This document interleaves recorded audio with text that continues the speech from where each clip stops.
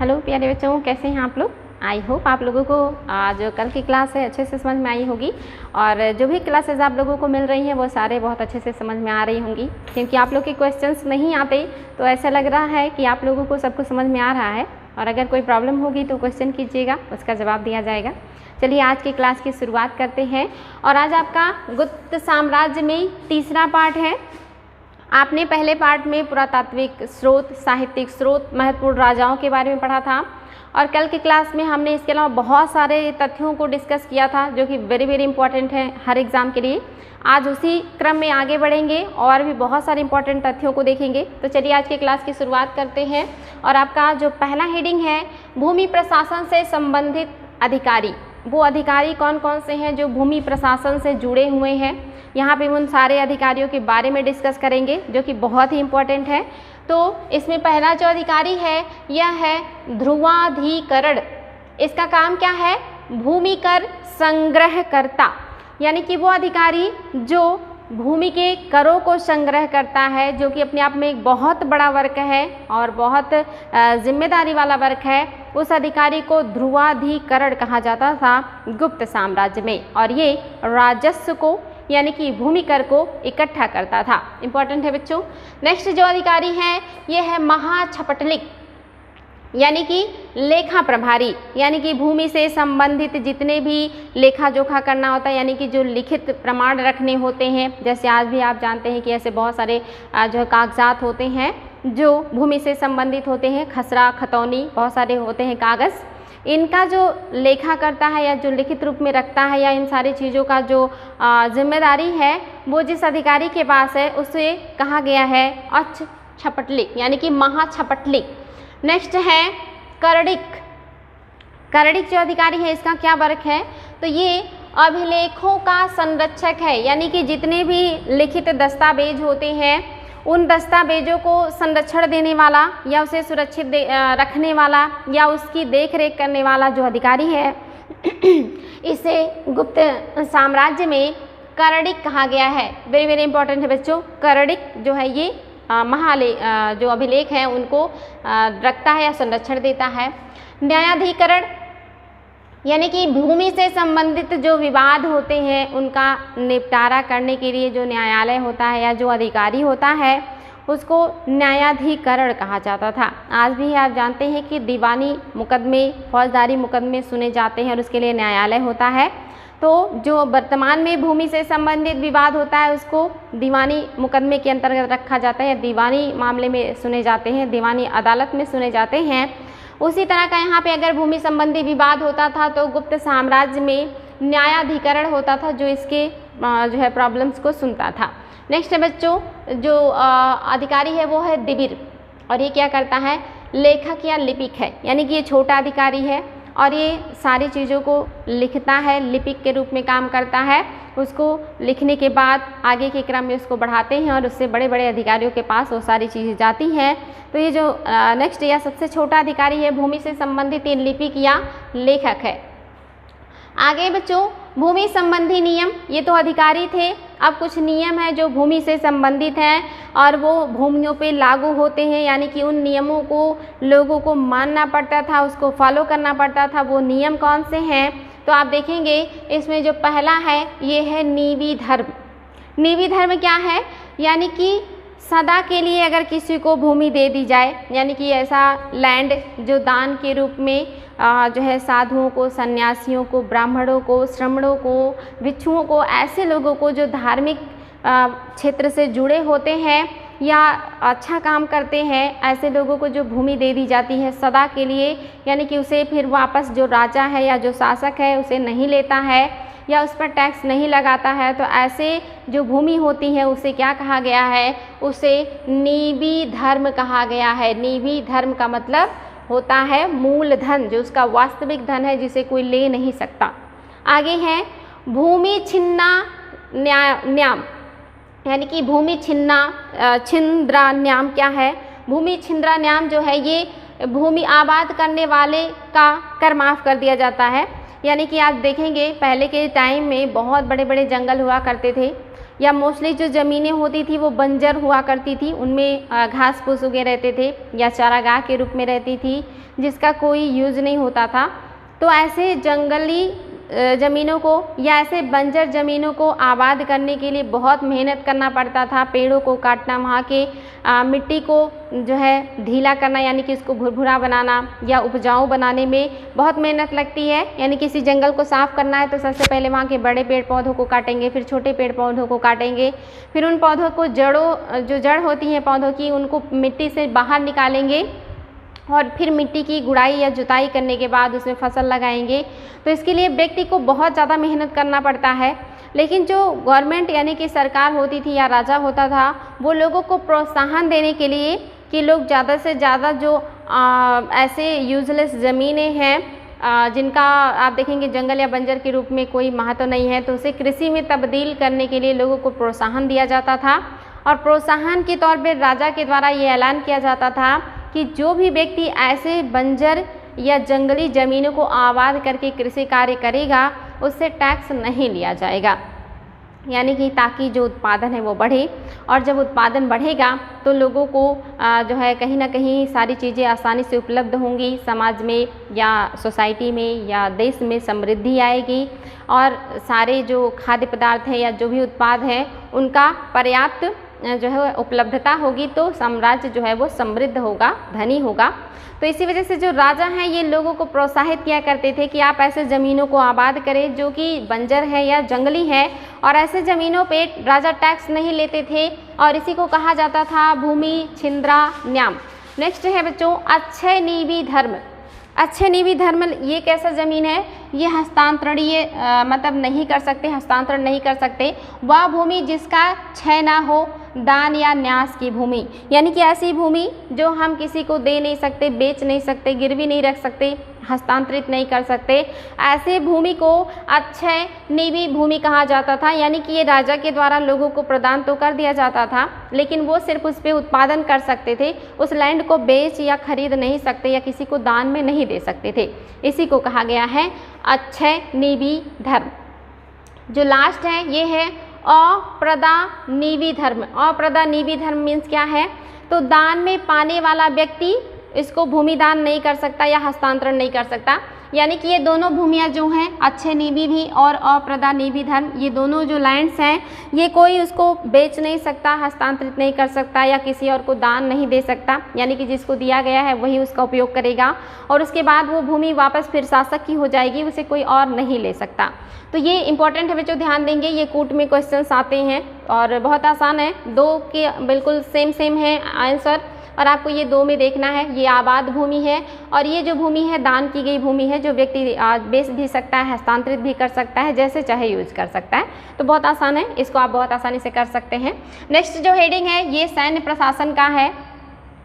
सैन्य प्रशासन किस तरह का था, यह जो सेना थी वो कितने प्रकार की थी, तो आप जानते हैं मोस्टली जो सेना है वो 4 प्रकार की हुआ करती थी। एक तो आप देखेंगे पैदल सेना, उसके बाद घुड़सवार सेना, हाथी सेना और रथ युक्त जो बड़े बड़े लोग होते थे वो रथों पे सवार होकर जाते थे, खास करके राजा। तो ये 4 तरह के सैनिक हुआ करते थे और उनसे संबंधित कुछ अधिकारी हैं जिसमें आप देखेंगे जो पहला है ये है महाबलाधिकृत, यानी कि सर्वोच्च सैन्याधिकारी। वो अधिकारी जिसके पास सभी सेनाओं का अधिकार हो या उनके ऊपर कमांड हो या नियंत्रण हो, उसे कहा जाता था, वो सर्वोच्च अधिकारी होता था और उसे गुप्त काल में महाबलाधिकृत कहा जाता था। नेक्स्ट है बच्चों महापील। पील मीन्स होता है हाथी, यानी कि जो पील शब्द है ये पर्यायवाची है हाथी का।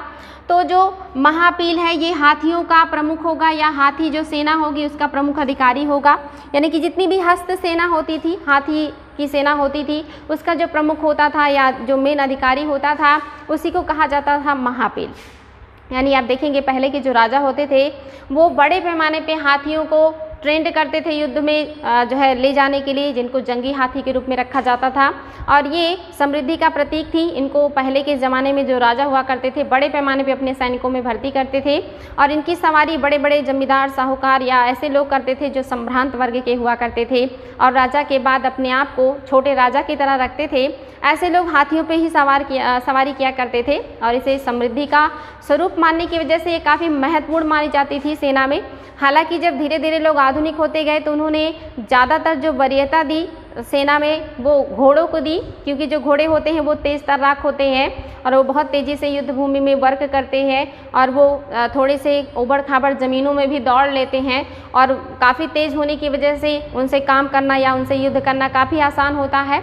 तो जब विदेशियों को भारतीय शासक देखते हैं कि विदेशी जो है वो घोड़े से ही आते हैं और तेज़ी से युद्ध करते हैं और हमें हरा देते हैं, तो आगे चल के सैनिकों में घोड़ों को ज़्यादा वरीयता दिया जाने लगा। खास करके आप देखेंगे अलाउद्दीन खिलजी ने तो दाग प्रथा भी घोड़ों के लिए लेकर के आए थे और ये प्रथा आगे अकबर के शासनकाल तक चलती रही, तो काफ़ी इंपॉर्टेंट था। आगे चल कर के जो अश्व सेना है ये ज़्यादा महत्वपूर्ण हो जाएगी।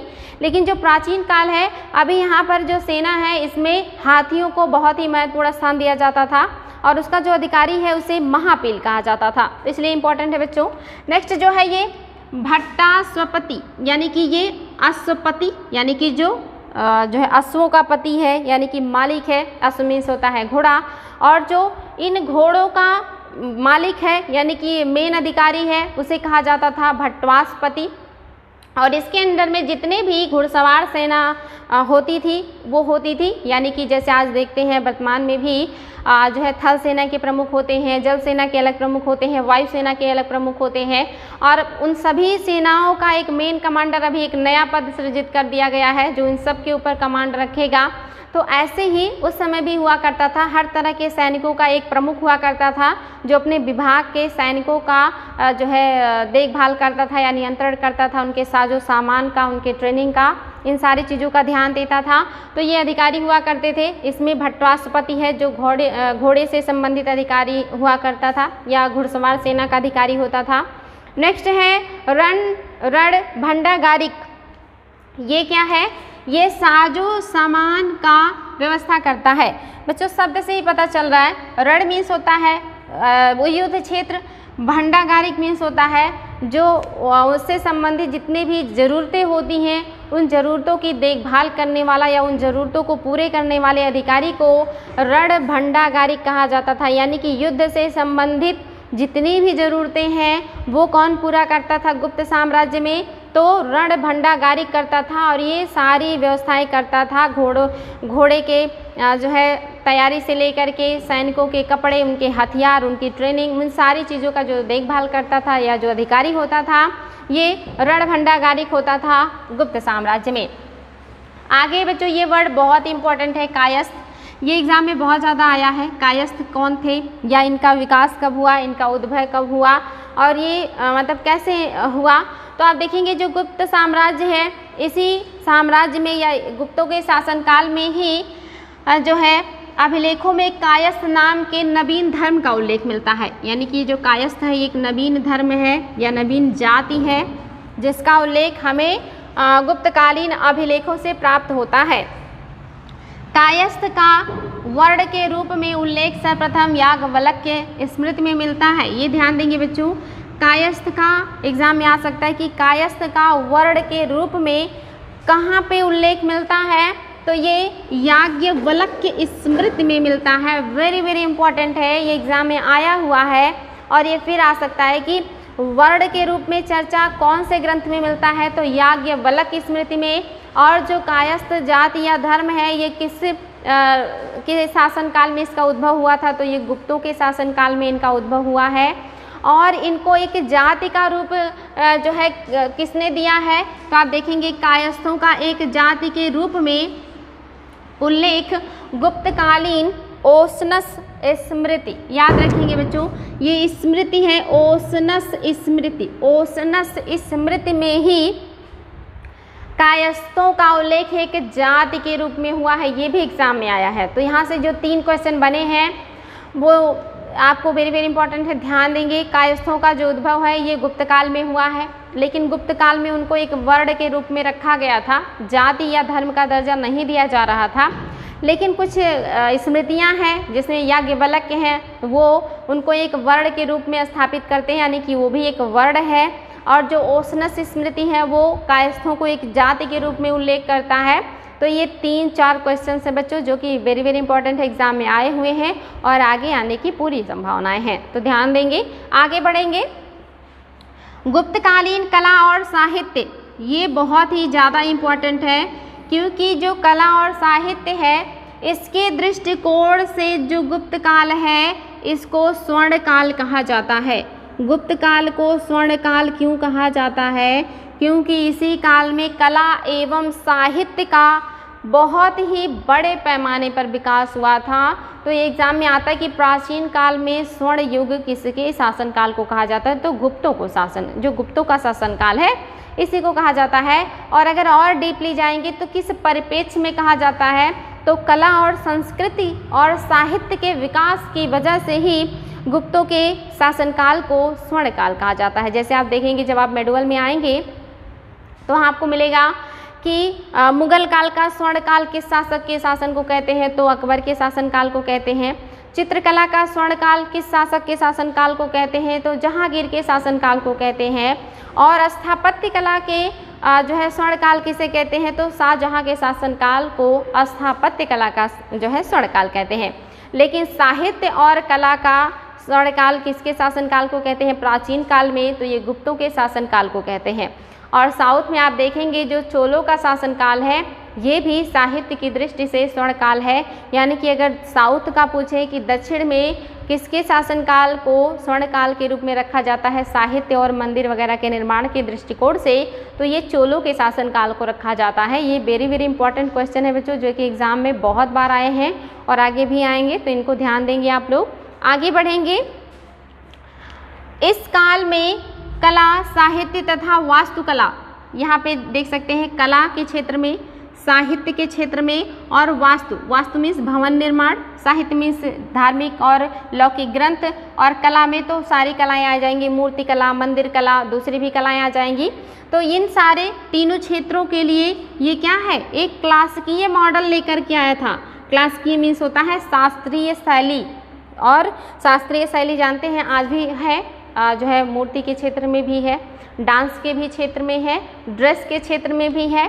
तो ये जो क्लासिकीय स्वरूप यानी कि शास्त्रीय शैली का जो विकास हुआ वास्तुकला में, साहित्य में और कला में, ये विकास कब हुआ है? तो गुप्तों के शासनकाल में हुआ है। इसीलिए इनके जो है शासनकाल को इस क्षेत्र में स्वर्ण काल कहा जाता है।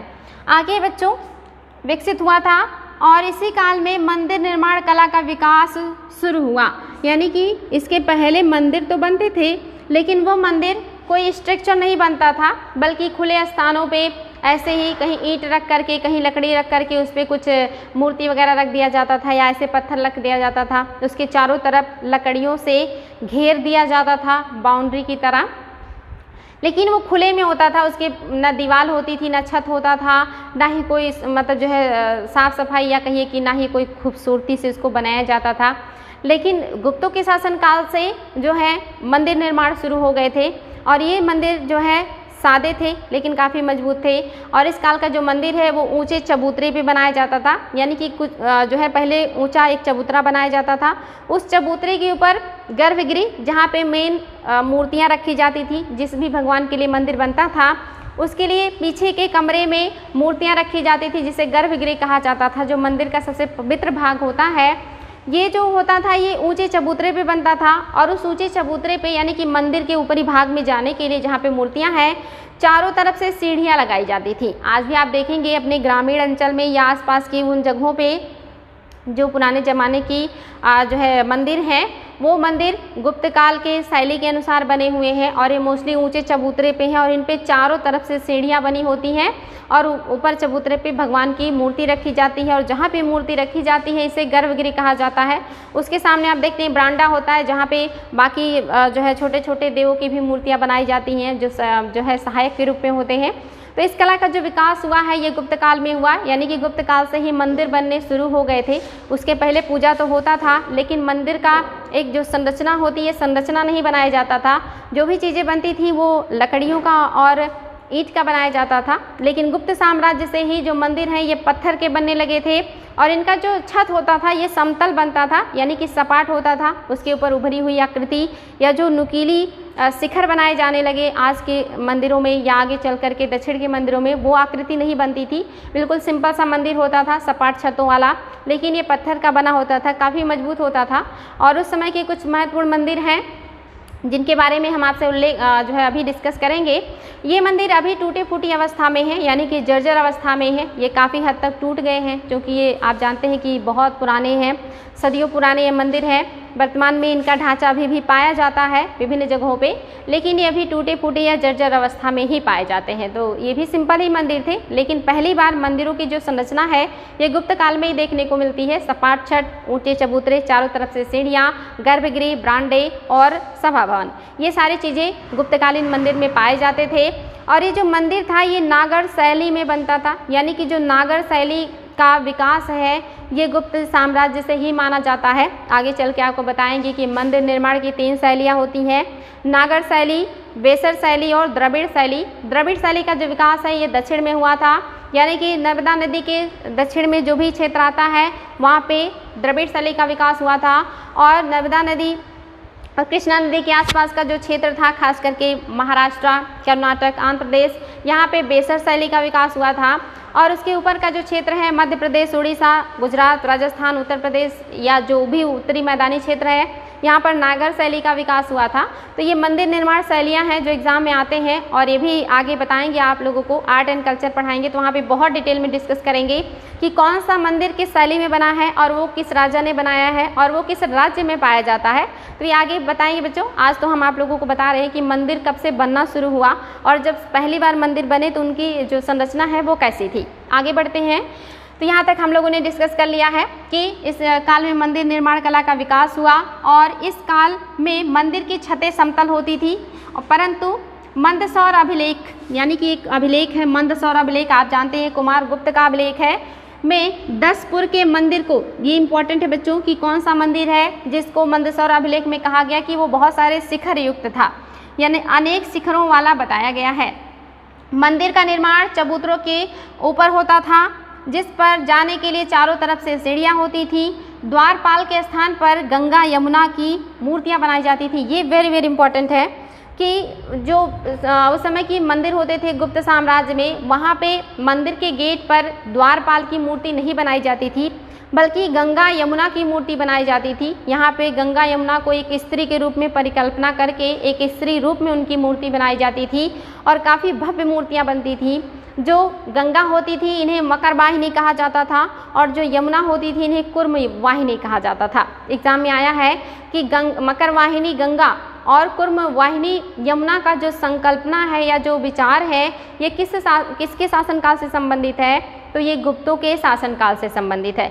ये भी एग्जाम में आया है कि गंगा कुर्म वाहिनी थी या यमुना कुर्म वाहिनी थी। तो बच्चों ध्यान देंगे, जो गंगा है ये मकर वाहिनी है और जो यमुना है ये कुर्म वाहिनी है, और ये मूर्ति के रूप में, स्त्री के रूप में इनकी मूर्तियाँ बना करके मंदिरों के दरवाजे पे या गेट पे द्वारपाल के रूप में बनाया जाता था। और ये विशेषता गुप्त साम्राज्य की है या गुप्त काल की है। वेरी इंपॉर्टेंट है, ध्यान देंगे। आगे बढ़ेंगे। गुप्त काल के मंदिर, यानी कि जो गुप्त काल है उस समय कौन कौन से मंदिर हैं, हम अभी डिस्कस ही कर रहे हैं मंदिरों के बारे में, तो देख लेते हैं वो कौन से महत्वपूर्ण मंदिर हैं। इतने ही नहीं, इसके अलावा बहुत से मंदिर बने हैं, लेकिन वो मंदिर जो एग्ज़ाम में आते हैं उसके बारे में हम डिस्कस कर रहे हैं, जो कि बहुत इंपॉर्टेंट है। जिसमें आप देखेंगे पहला भूमरा का शिव मंदिर, ये नागौद में है। ये मोस्टली आता है कि मंदिर और दूसरी तरफ वो प्लेस जहाँ पे मंदिर बने हुए हैं ये कूट में भी आते हैं और इंडिविजुअल भी आते हैं। तो आप लोगों को इसको ध्यान देना है कि कौन सा मंदिर है और कौन से प्लेस पे ये पाया गया है। तो आप देखेंगे पहला जो है भूमरा का शिव मंदिर, ये नागौद में है, और दूसरा है तिगवा का विष्णु मंदिर, और ये जबलपुर मध्य प्रदेश में है। तिगवा का विष्णु मंदिर मध्य प्रदेश जबलपुर में है। नचना कुठार का पार्वती मंदिर, वेरी इंपॉर्टेंट मंदिर है, ये सारे एग्जाम में आ चुके हैं और आगे भी आएंगे, ये भी मध्य प्रदेश में है। और नेक्स्ट है जो है देवगढ़ का दशावतार मंदिर, ये तो मोस्ट इम्पॉर्टेंट है बच्चों, बहुत बार ये भी एग्जाम में आया है, और ये झांसी में है, और ये गुप्त काल का सबसे भव्य मंदिर है या सबसे बड़ा मंदिर है, जो कि झांसी के देवगढ़ दशावतार का मंदिर है। इसके अलावा खोह का मंदिर है, ये भी इम्पॉर्टेंट है, खोह मंदिर, ये भी गुप्त काल से संबंधित है। इसके अलावा आप देखेंगे भीतर गांव का मंदिर, ये भी बहुत इम्पॉर्टेंट है क्योंकि ये उत्तर प्रदेश के कानपुर में पाया गया है, इसीलिए भीतर गांव का मंदिर बहुत इम्पॉर्टेंट है। इसके अलावा आप देखेंगे सिरपुर का लक्ष्मण मंदिर, ये छत्तीसगढ़ में है, सिरपुर का जो लक्ष्मण मंदिर है ये छत्तीसगढ़ में बना हुआ है। इसके अलावा लाड़खा का मंदिर ये भी गुप्त काल से संबंधित है। और इसके अलावा है उदयगिरी का विष्णु मंदिर। तो ये कुछ इंपॉर्टेंट मंदिर हैं जिनको आपको याद रखना है, जहाँ से आज तक एग्ज़ाम में क्वेश्चन आए हुए हैं और आगे भी आने की संभावनाएं हैं। तो यहाँ तक आगे बढ़ेंगे बच्चों। नेक्स्ट जो आपका है ये मूर्तिकला है। और मूर्तिकला जो है ये जो गुप्त साम्राज्य है यहाँ पे इसका बहुत ही अच्छे से विकास हुआ था या डेवलपमेंट हुआ था। इसके पहले आप जानते हैं कि मूर्तिकला की 3 कलाओं का विकास भारत में हो चुका था, गांधार कला और अमरावती कला, मथुरा कला। लेकिन इन सारे कलाओं से भी विशिष्ट है जो गुप्त काल की मूर्तियां हैं, जो कि गुप्तकालीन कला पे आधारित हैं और इनकी कुछ खास विशेषताएं हैं। जैसे जो गुप्त काल की मूर्तियां हैं ये ज़्यादा परिष्कृत हैं, ये ज़्यादा चिकनी और हल्की हैं, यानी कि इन्हें बहुत ज़्यादा भारी नहीं बनाया गया है। इनमें शाइनिंग है और ये जो आप देखेंगे कि काफ़ी उन्नत किस्म की मूर्तियां हैं जो कि गुप्त साम्राज्य में बनाए गए थे। तो देख लेते हैं इनकी क्या विशेषताएं हैं। मूर्तियाँ गुप्तकालीन मूर्तिकला मथुरा कला परंपराओं से गुणात्मक विकास का प्रतिनिधित्व करती है, यानी कि जो मथुरा कला मूर्ति है उससे ज़्यादा अच्छी गुणवत्ता की मूर्तियाँ हैं गुप्त काल की और यही विशेषता है इसकी। आगे बढ़ेंगे। मथुरा कला में जहाँ शारीरिक प्रदर्शन पर अधिक बल दिया गया है, वहीं गुप्त काल की जो मूर्तियाँ हैं वो हल्की हैं, चिकनी हैं और मननशील हैं। यानी कि जो मथुरा कला की मूर्तियां हैं ये काफ़ी भारी हैं और यहाँ पे शारीरिक बनावट पे ज़्यादा ध्यान दिया गया है। लेकिन जो गुप्त काल की मूर्तियां हैं इन मूर्तियों में जो है काफ़ी हल्की हैं, चिकनी हैं, मननशील हैं, यानी कि ध्यान मुद्रा में है, आध्यात्मिक है और काफ़ी आकर्षक मूर्तियाँ बनाई गई हैं जो गुप्त काल की मूर्तियाँ हैं और ये बेहद खूबसूरत भी हैं। आगे है बच्चों प्रमुख मूर्तियाँ उस समय की जो महत्वपूर्ण मूर्तियाँ हैं जो एग्ज़ाम में आती हैं। पहला है ये दशावतार में विष्णु की मूर्तियाँ, यानी कि जो विष्णु के 10 अवतार की परिकल्पना की गई है उस परिकल्पना को ध्यान में रखते हुए जो मूर्तियाँ बनाई गई हैं ये गुप्त काल से संबंधित हैं। इसके अलावा काशी में गोवर्धन पर्वत को उठाए हुए कृष्ण की मूर्ति, यानी कि जो काशी है आपका बनारस है, यहाँ पे गोवर्धन पर्वत को अपनी उंगली पे उठाए हुए कृष्ण की मूर्ति जो बनी है ये भी गुप्त काल से संबंधित है। इसके अलावा सारनाथ की बैठी हुई मुद्रा में बुद्ध की मूर्ति, ये सबसे सर्वोत्तम मूर्ति है। गुप्त साम्राज्य के एग्जाम में आया कि सारनाथ की बैठी हुई बुद्ध की जो प्रतिमा है ये किसके शासनकाल से संबंधित है, तो ये गुप्तों के शासनकाल से संबंधित है। हालांकि जो भगवान बुद्ध की पहली मूर्ति बनी थी ये मथुरा कला में बना था, ये भी एग्जाम में क्वेश्चन आया है कि उनकी जो पहली मूर्ति है ये किस कला में बना है, तो मथुरा कला में बना है। लेकिन सर्वोत्कृष्ट जो मूर्ति है वो आप देखेंगे गुप्त काल में बना है, या जो गुप्त शैली है मूर्ति की इसमें बना हुआ है। तो वेरी वेरी इंपॉर्टेंट है बच्चों। आगे बढ़ेंगे। चित्रकला भी काफ़ी इंपॉर्टेंट है। आप देखेंगे वात्स्यायन का काम सूत्र, इसके अनुसार गुप्त युग के जो मतलब में चित्रकला का जो निर्माण हुआ था वो काफ़ी विकसित था। जो वात्स्यायन है इन्होंने काम सूत्र लिखा है पुस्तक, ये बहुत इंपॉर्टेंट है। इस पुस्तक में इन्होंने लिखा है कि जो गुप्त काल की चित्रकला है ये सबसे विशिष्ट है, सबसे उन्नत है, सबसे विकसित अवस्था में थी। यहाँ चित्रकला का वर्णन 64 कलाओं में किया गया है, यानी कि जो गुप्त काल है यहाँ पे 64 कलाओं का वर्णन किया गया है और उसमें से एक जो कला है वो चित्रकला के रूप में गुप्तों ने रखा है। आगे बच्चों, गुप्तकालीन चित्रकला का सर्वोत्तम नमूना अजंता से प्राप्त हुआ है। वेरी वेरी इंपॉर्टेंट, एग्जाम में आता है कि अजंता की जो गुफाएं हैं ये किसके शासनकाल में बना है, तो ये गुप्तों के शासनकाल में बना है और ये आसान है इसको याद करने का। अजंता यानी कि जिसको कोई नहीं जानता वो चीज़ें गुप्त होती हैं, तो ये गुप्त साम्राज्य के लोगों ने ही अजंता की गुफाओं का निर्माण किया है बड़े पैमाने पे। हालांकि कुछ गुफाएं आगे चल करके वाकाटक राजवंश के लोग भी बनाते हैं और जो गुप्त साम्राज्य है इनका वाकाटक राजवंश के साथ आप देखेंगे वैवाहिक संबंध भी थे। तो इनकी जो पुत्री थी प्रभावती गुप्त चंद्रगुप्त द्वितीय की, उनका विवाह हुआ था वाकाटक राजवंश में, तो उन लोगों ने सहयोग किया था इन गुफाओं को बनवाने में। तो इम्पॉर्टेंट है बच्चों, ध्यान देंगे इसको। तकनीकी दृष्टि से अजंता की भित्ति चित्र विश्व में सर्वोत्तम स्थान रखता है। यानी कि जो टेक्नोलॉजी का उपयोग किया गया है अजंता की गुफाओं में भित्तियों पे चित्रकारी करने के लिए, यानी कि जो पाषाण है, जो गुफाएं हैं, उनके दीवालों पे चित्रकारी करने के लिए जिस टेक्निक का, जिस साइंटिफिक विधि का प्रयोग किया गया है, ये विश्व में सर्वोत्तम है। यानी कि इंडिया में ही नहीं, ये पूरे विश्व में सबसे अच्छा है। और इसमें कुछ खास विधियों का प्रयोग किया गया है, और वो खास विधि क्या है बच्चों? तो उसमें एक है फ्रेस्को और दूसरा है टेम्पेरा। फ्रेस्को विधि क्या है? तो यहाँ पे ये लोग क्या करते थे, जो दीवारें होती थी उस पर चूने से लिपाई कर दिया करते थे, और वो चूना सूखने से पहले यानी कि गीली सतह पर ही पेंटिंग कर देते थे, और उस पेंटिंग को फ्रेस्को विधि कहा जाता था।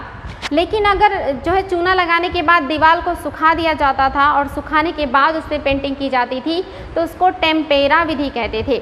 और उस चूने में अंडे और जो है दूसरी चीज़ों की जर्दें भी मिला करके की जाती थी। टेम्पेरा विधि में अंडे की जर्दें भी मिलाई जाती थी, क्योंकि वो उजलापन लेकर के आता है। तो ये दो विधियाँ थी जिनके आधार पे पेंटिंग या चित्रकला की गई थी, चित्रकारी की गई थी। तो उसमें एक फ्रेस्को है, गीली सतह पे बनता था, और दूसरा जो है वह टेम्पेरा है। हालांकि इसमें और डिटेल में बताएंगे आपको, इतना आसानी से नहीं था। यहाँ पे क्या, पहले लोग छेनी से जो भी डिज़ाइन बनाना होता था या जो भी चित्रकला बनानी होती थी, वो लकीरें नहीं खींचते थे, बल्कि उसको हथौड़ी और छेनी से जो है गड्ढा नुमा लकीरें खींचते थे। और जब वो आकृति बन जाती थी गड्ढे में, तो उस गड्ढे में फिर जो है चूना लगाते थे, और उसके ऊपर जो है घास फूस और पौधों के रेसे और जो भूसे होते हैं, ऐसे बहुत सारे पदार्थों को मिला करके, और उसमें पत्थर के चूर्ण वगैरह मिला करके, फिर उस जो गहरी वाली बनी होती थी जगह, उसको लिपाई करके भरने का प्रयास करते थे, और फिर उस जगह को कलर करते थे। यानी कि ये कभी मत सोचिएगा कि जो वहाँ पे चित्रकला बनाई गई है वो पेन या पेंसिल से ऊपर से रेखाएं खींची गई है, बल्कि उन रेखाओं को हथौड़ी और छेनियों से खींचा गया है, और उन रेखाओं को बाकायदे भरा गया है। उनको फूलों से, पत्तियों से, खनिजों से कलर किया गया है, इसीलिए उनका जो चमक है वो आज तक बना है। यानी कि आप देखेंगे हज़ारों साल बाद भी जो ये गुफाएं हैं, इनकी जो चित्रकला है वो उसका चमक गया नहीं है, या आज भी वो बहुत खूबसूरत है। हालांकि अभी वहाँ पे बहुत ज़्यादा चमगादड़ों का बसेरा हो गया है, या ऐसे बहुत सारे जीव जंतु या मतलब जो है छोटे मोटे जो होते हैं वो उसको डिस्टर्ब कर रहे हैं, उसको ख़राब कर रहे हैं। लेकिन वो काफ़ी अद्भुत चित्रकला है, काफ़ी अद्भुत तरीके से उसको कलर किया गया, पेंटिंग किया गया है, जो आज तक उसकी जो चमक है वो बरकरार है। तो इम्पॉर्टेंट है बच्चों, ध्यान देंगे। आगे है इसकी खोज, यानी कि अजंता गुफा की खोज किसने किया था? तो 1824 में जनरल जेम्स ने किया था। जनरल जेम्स ने किया था इसकी खोज। इन गुफाओं की संख्या 29 है। ये एग्ज़ाम में आता है बच्चों की गुफाओं की संख्या कितनी है? तो 29 है, 29 गुफाएं हैं टोटल, जिसमें 4 चैत्य हैं। मैंने आपको बताया था कि चैत्य क्या होता है। ये बौद्ध धर्म का मंदिर है या पूजा स्थल है, जहाँ पे लोग पूजा किया करते थे। यानी कि अगर ये पूछे कि बौद्ध धर्म का मंदिर किसे कहते हैं, तो चैत्यों को कहते हैं। और समाधि या स्मारक किसे कहते हैं बौद्ध धर्म में? तो स्तूपों को कहते हैं। और जहाँ पे विश्राम या निवास करते हैं बौद्ध भिक्षु, उसको विहार कहते हैं। तो आप देखेंगे कि यहाँ पे 4 चैत्य हैं, यानी कि इस गुफा में या पहाड़ी में 29 गुफाएं हैं टोटल, जिसमें से 4 चैत्य हैं। बाकी विहार के रूप में बौद्ध भिक्षु उपयोग में लाते थे, यानी कि पूजा गृह है। ये 4 पूजा गृह हैं, बाकी विहार हैं। यह बौद्धों को समर्पित है। वेरी वेरी इंपॉर्टेंट, ये एग्जाम में आता है बच्चों की अजंता की गुफाएं किस धर्म को जो है समर्पित हैं? तो बौद्ध धर्म को समर्पित हैं। तो ये जरूर ध्यान देंगे कि जो अजंता की गुफा है ये बौद्ध धर्म को समर्पित है। जो एलोरा की गुफा है ये 3 धर्म को समर्पित है, बौद्ध, शैव और जैन। बौद्ध, शैव और आप देखेंगे जैन, यानी कि तीनों को समर्पित है। और जो आपका एलिफेंटा की गुफा है ये शैव धर्म को जो है समर्पित है। तो एग्जाम में आता है बच्चों की कौन सी गुफा किस धर्म को समर्पित है? तो एलोरा जो है ये 3 धर्म को समर्पित है। अजंता जो है वो शैव धर्म को समर्पित है। थोड़े बहुत वहाँ पे बौद्ध भी विहार पाए जाते हैं, लेकिन अगर ज़्यादा देखा जाए या बड़े पैमाने पे देखा जाए तो शैव धर्म को समर्पित है। और जो अजंता है ये पूरी तरह से बौद्धों को समर्पित है। तो ये तीनों गुफाओं को किस धर्म को समर्पित किया गया है, इम्पॉर्टेंट है। जिसमें से आप देख रहे हैं जो अजंता है ये गुप्तों ने बनाया है, और जिसके अलावा जो एलोरा और एलिफेंटा है ये राष्ट्रकूटों के द्वारा बनाया गया था। तो किन शासकों ने बनाया है, किस धर्म को समर्पित है, कितनी गुफाएं हैं, ये सारी चीज़ें बहुत ही इंपॉर्टेंट है बच्चों। इसको बार बार जो है रिवाइज कीजिएगा, नोट कीजिएगा ज़रूर। आगे है प्रमुख चित्र, यानी कि चित्रकला तो हमने पढ़ लिया कि किन विधियों से बनाया गया है, किसके शासनकाल में बनाया गया है, कहाँ है ये राजस्थान के औरंगाबाद में है, कितनी गुफाएं हैं, कितने चैत्य हैं, कितने विहार हैं, ये सारी चीज़ें हमने देखा। लेकिन कौन से महत्वपूर्ण चित्र हैं जो गुप्त काल से संबंधित हैं, तो इसमें पहला जो चित्र है पद्मपाणि या अवलोकितेश्वर, एक ही नाम है या एक ही व्यक्ति के दो नाम है, पद्मपाणि या अवलोकितेश्वर की चित्रकला। अपने बालक के साथ अंधे तपस्वी, यानी कि अंधे जो माता पिता हैं वो अपने बालक के साथ बने हुए हैं। कुछ आप जानते हैं हमारे जो है धार्मिक पुस्तकों में ऐसे व्यक्ति का नाम उल्लेख में भी आता है कि उनके अंधे माता पिता थे और वो उनको जो है चारों धाम या तीर्थ स्थानों की यात्रा भी करा रहे थे। हालांकि उनको बाद में राजा दशरथ की तीर लगने की वजह से मृत्यु भी हो जाती है। कुछ इसी तरह का चित्रकला जो है अजंता की गुफाओं में बने हुए हैं।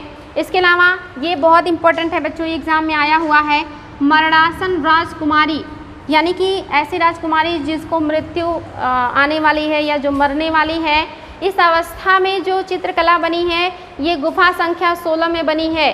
और ये किससे संबंधित है, तो ये अजंता की गुफा से संबंधित है, गुप्तों के शासनकाल से संबंधित है। ये गुफा संख्या एग्जाम में आया है कि गुफा संख्या कितना है, तो गुफा संख्या 16 में मरणासन राजकुमारी का चित्र मिलता है। मूर्छित रानी, यानी कि जो बेहोश हैं ऐसी रानी का चित्र भी बना हुआ है। यशोधरा और राहुल, यानी कि ये महात्मा बुद्ध और उनके पुत्र का चित्र बना हुआ है। इसके अलावा जब महात्मा बुद्ध जो है ज्ञान प्राप्त कर लेते हैं तो यशोधरा और राहुल उनसे मिलने आते हैं, इसका भी चित्र वहाँ से मिला हुआ है। इसके अलावा राजा द्वारा चरण में पड़ी स्त्री को दान देना, यानी कि जो महिला है, कोई गरीब महिला है और वो राजा के चरण में पड़ी हुई है और राजा उसको दान दे रहे हैं, उसकी मदद कर रहे हैं, ये चित्र भी अजंता के गुफाओं में पाया गया है। ये सभी चित्र जो हैं ये जातक कथाओं के कथानक पर आधारित हैं। ये बहुत इंपॉर्टेंट बच्चों, जातक कथा क्या है पहले ही बता चुके हैं। ये भगवान बुद्ध के पुनर्जन्मों की 500 कहानियाँ हैं और इन्हीं कहानियों के कथानक पर आधारित है अजंता गुफा की चित्रकलाएँ। यानी कि जितनी भी चित्रकला अजंता गुफा में बना है ये सारे जातक कथाओं पर आधारित है। और जातक कथा जो है ये बौद्ध धर्म के जो संस्थापक हैं महात्मा बुद्ध के पुनर्जन्म से संबंधित कहानियाँ हैं। तो वेरी वेरी इंपॉर्टेंट है बच्चों। आगे है कि गुफा के विकास में वाकाटक शासकों ने भी सहयोग दिया है या योगदान दिया है। इनके साथ आप जानते हैं वैवाहिक संबंध थे, अभी मैंने बताया आप लोगों को। गुफा संख्या 10 में, ये भी इम्पोर्टेंट है, गुफा संख्या 10 में नहाते हुए हाथियों का चित्र है। गुफा संख्या 10 और गुफा संख्या 16 दोनों इम्पॉर्टेंट है बच्चों, ध्यान देंगे। आगे है बाघ चित्रकला। ये जो बाघ है ये बाघ की गुफाएं हैं और ये मध्य प्रदेश में है। क्योंकि मध्य प्रदेश में बाघ बड़े पैमाने पर पाए जाते हैं या जहाँ पे गुफा है वहाँ पे बाघ बड़े पैमाने पे पाए जाते थे, इसीलिए इन गुफाओं का नाम ही रख दिया गया बाघ की गुफाएं या बाघ का चित्रकला। तो इम्पोर्टेंट है बच्चों। और ये भी गुप्तों ने बनाए हैं। ये दो गुफा, बाघ का गुफा और अजंता की गुफा, ये दोनों गुप्त साम्राज्य से संबंधित हैं या गुप्तों के शासनकाल से संबंधित हैं। आगे है, ये भी गुप्तों के शासनकाल का है। अजंता के विपरीत बाघ चित्रकला का विषय लौकिक है। आप देखेंगे यहाँ पे जो दिखाया गया है ये ज़्यादातर धार्मिक है, क्योंकि बुद्ध के पुनर्जन्म से संबंधित है तो जाहिर सी बात है धार्मिक ही होंगी। लेकिन जो बाघ की चित्रकला है ये धार्मिक ना होकर के लौकिक है, यानी कि सांसारिक है। यहाँ पे नॉर्मल चीज़ों का चित्र बनाया गया है, जैसे डांस करते हुए, नृत्य करते हुए, कुछ इस तरह के जो दैनिक जीवन में घटनाएं घटती हैं, ऐसी घटनाओं को, पर्वों को, उत्सवों को, दौड़ को यहाँ पे जो है उकेरा गया है और उसको कलर किया गया है। तो ये लौकिक आधारित है, लौकिक जीवन पर आधारित है। यहाँ का प्रसिद्ध चित्र संगीत और नृत्य का एक दृश्य है। ये एग्जाम में आया बच्चों कि कौन से गुफा से रंग महल का साक्ष्य मिला है। रंग महल में जहाँ पे संगीत हो रहा हो, नृत्य हो रहा हो, ऐसे दृश्य को रंग महल कहा जाता है। और यहाँ से रंग महल का जो है प्रमाण मिलता है या साक्ष्य मिलता है या चित्रकला मिलती है।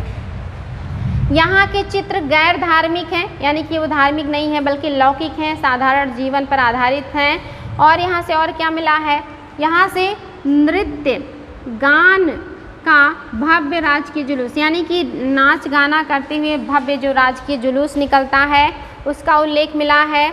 इसके अलावा शोकाकुल युवती, यानी कि जो है दुख में महिला को दिखाया गया है, वो महिला जो बहुत दुखी है या बहुत दुख में है। और हाथियों के दौड़ को भी यहाँ पे दिखाया गया है। तो ये कुछ महत्वपूर्ण चित्र हैं जो एग्ज़ाम में आते हैं, इनको ध्यान देना है आपको। आगे है गुप्त काल में नारद, कात्यायन, बृहस्पति, पराशर, स्मृति की रचनाएं हुई थी।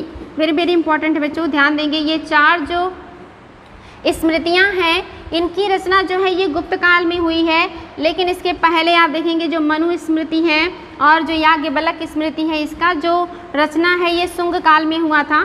तो ये इम्पॉर्टेंट है, ये शुंग काल से संबंधित हैं। और बाकी जितने भी बचते हैं ये सारे गुप्त काल से संबंधित हैं। वेरी वेरी इंपॉर्टेंट है, इसको आप लोग ध्यान देंगे। ये गुप्त काल के हैं और ये 2 जो शुरुआत के हैं ये शुंग काल से हैं।